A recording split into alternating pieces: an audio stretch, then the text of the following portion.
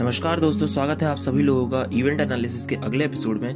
तो आज हम लोग बात करने वाले हैं कि जो यूएस गवर्नमेंट ने कंफर्म कर दिया है कि इंडिया के ऊपर सैंक्शंस लगेंगे ही लगेंगे काटसा के अंडर S-400 की एक्विजिशन के अगेंस्ट। तो S-400 की एक्विजिशन इंडिया कर रहा है, जैसा कि हम सभी लोगों को पता ही है। कुछ साल पहले जो डील साइन हुई थी रशिया के साथ S-400 एयर डिफेंस सिस्टम की, तो उसके अगेंस्ट इंडिया पे सैंक्शंस लगेंगे। अब कैसे लगेंगे, कितने लगेंगे और कितने सीवियर सैंक्शंस होंगे वो देखा जाएगा आगे जाकर के। लेकिन हम स्पेकुलेशंस लगा के कह सकते हैं कि इंडिया के ऊपर उतने सैंक्शंस नहीं लगने वाले हैं जितने चाइना के ऊपर लगे हैं, क्योंकि चाइना को काउंटर करने का रीजन अलग है। इंडिया के साथ यूएसए ने बहुत सारे डील साइन किए हैं। आज के टाइम में यूएसए ने बहुत सारे डिफेंस पैक्ट साइन कर रखे हैं। कॉमकासा, लेमुआ, बेका, ये सारे डिफेंस डील्स जो है ये बहुत अच्छी कंट्री के साथ साइन करता है वो, जिनके साथ बहुत अच्छा डिफेंस पार्टनरशिप होती है यूएसए की।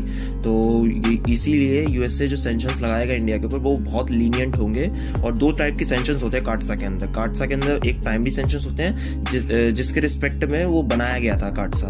वो कौन कौन सी कंट्री पे लगाए गए थे? वो रशिया, ईरान और नॉर्थ कोरिया पे लगाए गए थे प्राइमरी सैंक्शंस। सेकेंडरी सैंक्शंस जो होते हैं जो इन तीन कंट्रीज से जो डिफेंस के आइटम्स जो बाय करता है उनके ऊपर लगते हैं, जैसे कि चाइना, टर्की और इंडिया।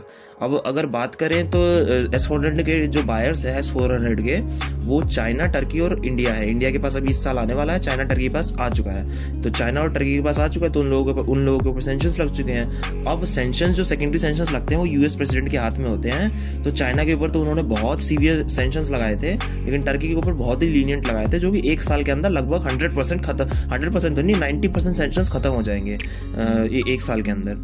अब बात करते हैं काटसा के बारे में थोड़ा सा। तो काटसा जो है वो 2017 में आया था।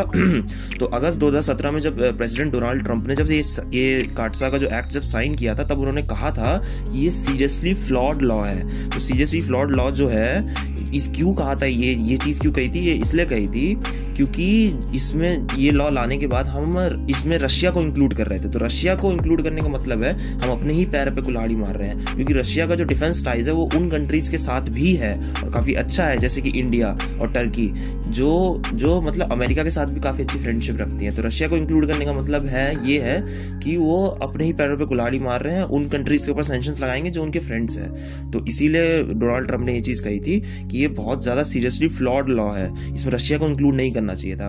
अब दूसरी बात आती है कि लोकसभा में एक क्वेश्चन उठाया गया था, ये करीब 2019 जून जुलाई की बात है। लोकसभा में एक क्वेश्चन उठाया गया था कि जो S-400 डिफेंस सिस्टम जो हम खरीद रहे हैं रशिया से, उसके अगेंस्ट जो यूएसए जो सैंक्शंस लगा रहा है उसके ऊपर इंडिया का क्या स्टैंड है, इंडिया कैसे काउंटर करेगा अगर सैंक्शंस लगते हैं, और अपने इंटरेस्ट को कैसे बचाएगा।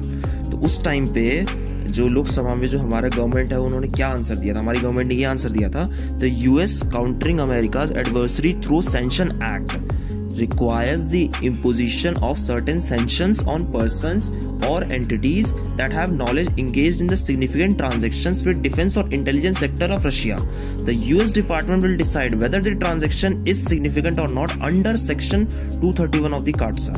यानी कि जो सेक्शन 231 है काटसा का, उसके हिसाब से डिसाइड किया जाएगा कि जो अमाउंट जो ट्रांजेक्शन किया है, मतलब ये है कि हमने खरीद लिया S-400, तो जो हमने ट्रांजेक्शन किया है वो कितना सिग्निफिकेंट है, वो मतलब वो उनकी गवर्नमेंट डिसाइड करेगी अंडर सेक्शन 231 कि वो अमाउंट सिग्निफिकेंट है कि नहीं। उस हिसाब से फिर मतलब सैंक्शंस लगेंगे तो कंफर्म है, लेकिन कितना लगेगा वो यूएस प्रेसिडेंट के ऊपर होता है, क्योंकि वो सेकेंडरी सैंक्शंस के अंदर आता है। प्राइमरी सैंक्शंस खाली और खाली रशिया, ईरान और नॉर्थ कोरिया के ऊपर लगाए गए हैं जो मेंशन है उसमें। सेकेंडरी सैंक्शंस यूएस प्रेसिडेंट के हाथ में होता है, वो डिसाइड करते हैं कितना क्या लगाना है। टर्की के ऊपर जो सैंक्शंस लगाए थे वो काफी लीनियंट थे। दैट्स ऑल फॉर टुडे, मिलते हैं अगले एपिसोड में, तब तक के लिए बाय बाय। अगर आपको कंटेंट अच्छा लगे तो लाइक करना, शेयर करना, सब्सक्राइब करना चैनल को। Bye bye.